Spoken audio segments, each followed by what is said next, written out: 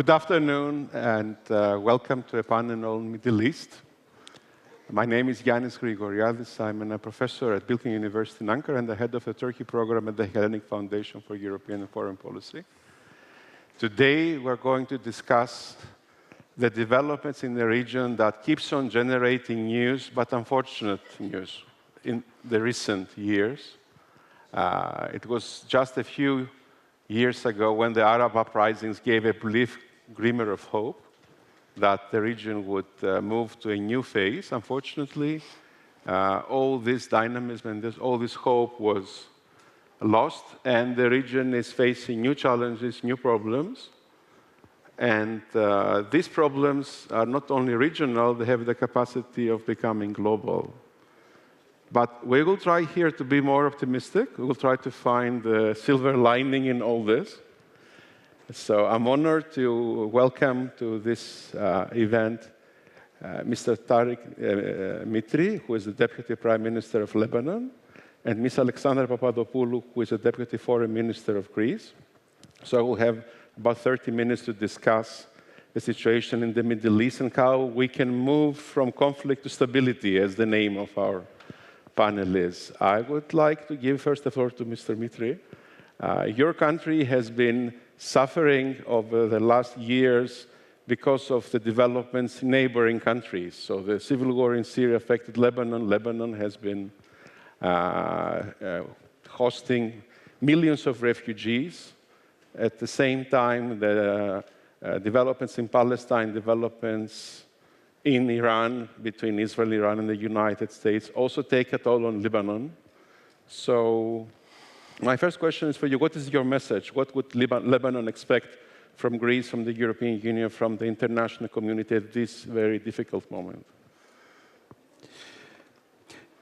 You know, for a good number of years, Lebanon has been vulnerable to the conflicts of the region.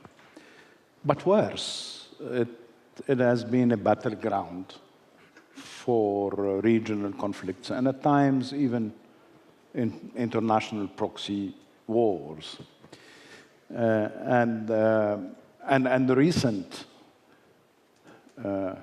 war on Lebanon, it started as a war on Hezbollah and ended up being a war on Lebanon, a war provoked by Hezbollah, but then have become a war on Lebanon,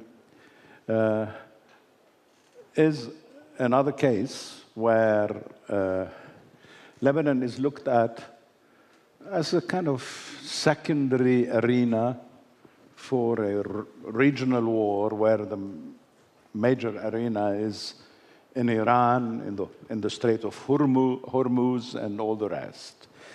And therefore,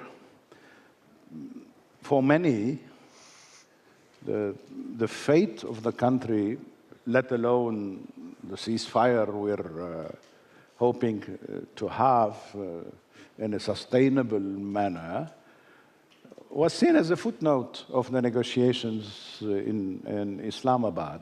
And I think what we Lebanese, our message continues to be that Lebanon is not, although it happens to be used as a battleground, but is a country that has the right to independence, territorial integrity, peace. And our government has been trying to preserve the national unity that was at times put at risk by those wars. And at the same time, we were struggling to extend the authority of the state over the territory of Lebanon, which means reclaim for the state, like any other state, the monopoly of arms. And we were moving on that road, perhaps slowly in the eyes of many, but it was a slow process because we had an eye on disarming Hezbollah and another eye on maintaining intercommunal peace. We didn't want to put the countries in civil peace at risk. And then we were dragged into this war.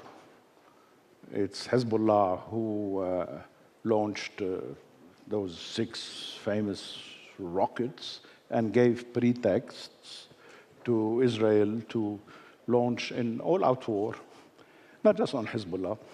And I think that on April 9, there was a sort of turning point. The Israeli army bombarded Beirut with no visible military targets. 350 civilians were killed. And on that moment, we saw in public opinion, but also expressions of solidarity from various Middle Eastern and European states, that people realized that Lebanon is at risk. It's not just a war of Israel against Hezbollah, but it's a war that threatens Lebanon. And that parts of Lebanon are occupied, villages are destroyed, people, 1/5 of the population are displaced. And it is in that context, when Lebanon drew some attention, that the Americans put the pressure on the Israelis.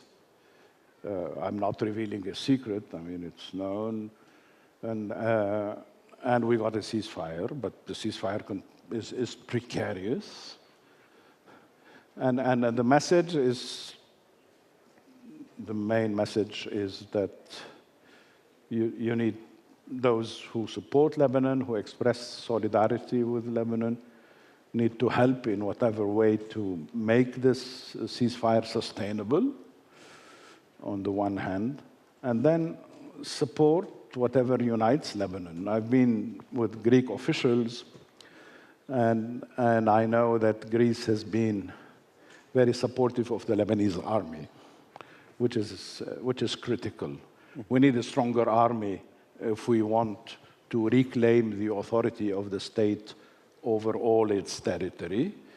And Greece is helping in this, and other Europeans as well. We do need humanitarian support, as the plight of the displaced persons is considerable, and the country has not yet recovered from a deep economic crisis, and it's been extremely difficult to cope with this new reality. And then again, humanitarian support is essential. Greece is one of the countries that offer such a support. A couple of days ago, I think we did receive humanitarian support from Greece. So we're into a period where the future seems uncertain. There will be direct negotiations between Lebanon and Israel in Washington. We don't know where they will take us. But having negotiations shouldn't overshadow the fact that Israel continues its work of destruction in southern Lebanon. They're one of the war objectives, it's a bit like Gaza, is to draw a yellow line, as they call it, and establish a security zone or a buffer zone in southern Lebanon. For us, this has another name, simple name, occupation of Lebanon's territory. We need our population to go back to their villages in the south. And we are in this facing those two challenges at the same time, restoring sovereignty of Lebanon against non-state actors, and having one army, one one government, one constitution, so to speak, but at the same time preserving the territorial integrity of Lebanon. Ms. Papadopoulou, Greece has developed an increased interest in the Middle East in the last years. Greek foreign policy has developed links, connections with several countries. So where does Greece stand on all these developments? Yeah, the Middle East is our greater neighborhood. So what happens in Lebanon, what happens in the Middle East affects us directly in more ways than one. Politically, economically, socially. Apart from geography, we have close ties with all the peoples of the region, personal ties, historical ties, political ties. So we share more than the space, we share a lot. In the last years, with seeing the international security arrangements changing, the post-World War II international security order changing so rapidly, and the developments in the Middle East have to be seen in these greater developments. Our interest in the region became even more intense than it was, because there is so much at stake in what's happening in the Middle East now. Of course, the situation in Lebanon, I cannot profess that we have the top expert, the vice president of the government here. It seems to us that Lebanon always attracts, feels the repercussions of the changes in the Middle East. A lot of what's happening in Lebanon throughout the years is also the aftershocks of earthquakes that happen in the greater Middle East, because of the Lebanon very special composition, political system, and the very fine balance between the communities. It's easy to be the country that absorbs. But it's very important that Lebanon keeps its sovereignty, territorial integrity, and manages to restore the power of the government over non-state actors. There is not going to be peace and stability in the Middle East if Lebanon is not helped to sustain its sovereignty and territorial integrity. Of course, this cannot happen in a void. We see Iran, the Iranian factor in the Middle East was always very important and played a pivotal role in many developments in the greater Middle East. Now it has reached the level of military escalation. Also, this doesn't affect only Lebanon, it affects the Arab Gulf countries directly. Israel is part of the equation. This has always been the case. So we cannot see the situation in Lebanon independently of what's happening around it. On the other hand, we cannot allow the developments regarding Iran to have such a deep effect in Lebanon that it will destroy the country. There are negotiations with Iran. And one very, very positive development are the direct negotiations between Israel and Lebanon. And I think it's our duty to help both Israel and Lebanon to continue in this vein, to negotiate. There are, of course, Israel's legitimate security concerns, but also there are Lebanon's legitimate interests, and these have to be balanced. And I think it's up to them to find the parameters of this balance that will be satisfying to both and will guarantee a long-term arrangement, not something. We've seen this war coming back and forth every 10 years or even shorter. This is not a solution, it's not viable. The people of Lebanon, like the people of Israel, deserve to have some stability and security in their lives. And nobody knows the needs of both than themselves. So we see as Greece our role to support both of them and encourage both of them to continue these negotiations. And in the meanwhile, provide Lebanon with all necessary assistance that we can provide within our means in order to assist the government to fulfill the obligations they have already undertaken regarding control, exercising control, reclaiming control all over the territory of the country. Of course, we worry about what's happening in the Middle East, and of course, we want to be helpful. And we have a very well-known strategic relationship with Israel, but also we have a very, very close cooperation and relationship with Arab countries, the Emirates, Saudi Arabia, Egypt, and of course, Lebanon. And we never saw. This is not the product of this war. We had this even before. These are relationships that have been cultivated for years and years. They have depth, both in substance and in time.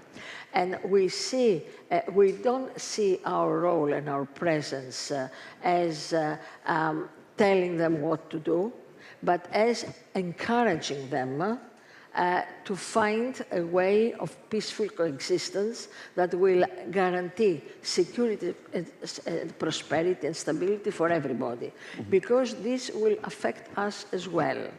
One point about Greek foreign policy is that for us, our influence is not sending troops, is not imposing, is not dictating, it's just encouraging, and it's using the trust that has been built between our governments and peoples for over the years in order to just tell our opinion in all honesty and in all sincere way, how we view things, how we view developments. And I think so far it has worked. We are members of the European Union. Currently, we're members of the Security Council. And we have very close communication and direct communication and constant communication with all actors on the ground. I don't want to say that things are easy. The Middle East has never been easy. And I don't think it will be easy in the future. We have the privilege to live in a very complicated region of the world, where there are a lot of interests, peoples, views, foreign influences, but this is the attraction of our area, and this is our area. So we have to live here, and we have to coexist. And I have to say that our relationship with Lebanon is a very privileged one, also because of the very large Lebanese community in Greece that has enriched Greek lives and Greek society over the years. Of course, the cultural, historical links are very, very deep and important. We only have 7 minutes, so I would like to ask a question to both of you on all these discussions about the decline of the international order, the collapse of liberal values on international relations. This is a theme in other panels as well, but given Greece's presence in the Security Council, given Greece's involvement in these attempts, given the turbulences we're facing in the role of key actors like the United States, are you as pessimistic, or do you think that there's still way for the international order as we know it to be meaningful and be useful and make things better in international relations, prevent the worst, like prevent the escalation of the crisis, and then if the circumstances allow, we can talk about stability, cooperation, partnerships, connectivity. There are so many things that could be done in the Eastern Mediterranean, connecting Greece and Lebanon, among other countries, that are not happening because of all these conflicts. Ms. Papadopoulou? I think we should not talk about international law versus realpolitik. We had this discussion before. I think we frame it in a way that is not helpful. It's not that it's not real, but it's not helpful. The world has changed. So what happens on the ground affects the way we act, and affects our interests. I don't speak only about Greece, in general. The world in 2026 is not the world in 1948. things have changed, the realities have changed, interests have changed, perceptions have changed. And not only in policy, domestic and foreign policy, also the way we work, artificial intelligence, technology, you name it. So the international legal system has to absorb the changes and has to adapt to the changes. This doesn't mean that the basic rules have changed or should change. The international law is a live law that develops and helps people and countries to adapt to changes in an orderly manner, in a respectful manner. And the basic rules of international law haven't changed. Of course, implementation of these rules has changed, and throughout history, bigger powers feel more free not to respect international law as us, who are medium-sized countries, want to respect. But we should not be pessimistic, and we should not give up, because eventually a new international security architecture has to be built on principles and values. And the values that have been developed in the last 70 years are working and protect countries and peoples with some adaptation. So all of us, especially as Europeans, because the post-Second World War security architecture was based on the need to secure Europe and not Europe fall into another big war. As Europeans, we are more responsible to ensure that these basic rules continue to play an important role. Of course, we cannot be blind to the changes. A big example, although this is not international law per se, is the composition of the Security Council. We cannot close our eyes that the composition today does not reflect today's realities. And of course, this gives voice to big countries that are outside to say, I don't care. So yes, we have to do things to change. But this doesn't mean that we have to undermine the basis on which our societies and our relations between countries are built. And I think this is our duty, and this is the only guarantee we have, not to fall into a complete anarchy, and this is a protection for all of us. Thank you very much. Mr. Mitri, you have the last word. Well, to a great extent, I don't disagree with Minister Papadopoulou. But I would like to say a few words about multilateral diplomacy, which was a precious instrument that the world had in having the norms of international law regulate conflicts and conflict resolution. And I think multilateral diplomacy is nowhere to be seen in today's world. The United Nations, notwithstanding the reforms that the Security Council needs, that I fully agree with what you said about the reform, but is not anymore a place that looks into disputes and tries to find solutions for conflicts. It's both paralyzed and marginalized. I remember we had a war in 2006, and we went to the Security Council to get the Security Council mediate into finding a way out of that war, finding a diplomatic exit out of the war. No exit of a war is perfect. No UN resolution has been scrupulously respected anywhere in the world, not just in Lebanon. But having Security Council resolutions is better not to have any, and find yourself face to face without agreed upon principles other than those that are largely conditioned by the balance of power. Now, the other question that is important to me, at least personally as well, It has to do with the way international humanitarian law is totally discarded, you know, and the instruments of international humanitarian law, there are many of them, are even more weakened and more paralyzed than the Security Council, and therefore international humanitarian law used to put some restrictions, some limits, impose some principles for warring parties to reflect. And now if you make reference to, say, the principle of distinction or the principle of proportionality during a war like the one we are having in Lebanon, you're speaking to deaf ears. You're not heard.